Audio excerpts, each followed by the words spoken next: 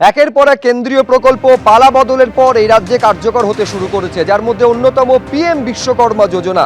প্রায় 2.5 বছর আগে দেশ জুড়ে চালু হয়েছিল পিএম বিশ্বকর্মা যোজনা, কিন্তু এতদিন পর্যন্ত তা আটকে ছিল। পালা বদলের পর এবার তা কার্যকর হতে চলেছে।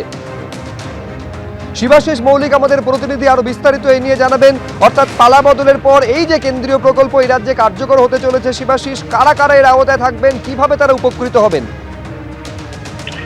দেখো শুভ্রজিৎ, আমরা জানি যে বিভিন্ন কেন্দ্রীয় প্রকল্প কার্যত কেন্দ্রের সরকার এবং রাজ্যের সরকারের যে রাজনৈতিক টানাপোড়েন তার কারণে দীর্ঘদিন বন্ধ ছিল, এবং তাতে বিভিন্ন কেন্দ্রীয় প্রকল্পের তালিকায় ছিল আরো একটি প্রকল্প, তা হচ্ছে পিএম বিশ্বকর্মা যোজনা।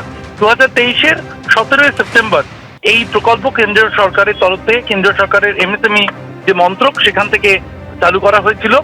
তালিকা চাওয়া হলেও বারবার এই রাজ্য সরকার অর্থাৎ পশ্চিমবঙ্গের তৎকালীন যে তৃণমূল সরকার তারা সেই প্রকল্পে নথিভুক্ত করেননি।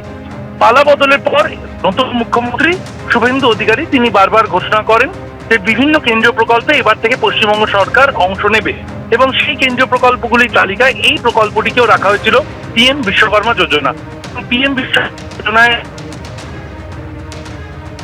সরকারের পক্ষ থেকে আবেদনের পরেই কিন্তু গত 22 মে কেন্দ্রের সরকারের যে তালিকা পিএম বিশ্বকর্মা যোজনা সেই তালিকায় যুক্ত করা হয়েছে পশ্চিমবঙ্গ সরকারকে। পশ্চিমবঙ্গের বিভিন্ন যে কর্মকার, স্বর্ণকার, শিল্পীকার রয়েছেন যারা মূলত শিল্প নির্ভর যে বিভিন্ন পেশার সঙ্গে যুক্ত, তারা এই প্রকল্পের আওতাভুক্ত থাকবেন এবং তাদেরকে মাসিক একটি ভাতা দেওয়া হবে এই পিএম বিশ্বকর্মা যোজনা। এবং সেই পিএম বিশ্বকর্মা যোজনা কিন্তু শেষ পর্যন্ত পশ্চিমবঙ্গে চালু হলো গত 22 মে থেকে। ধন্যবাদ শিবাশিস তোমায়।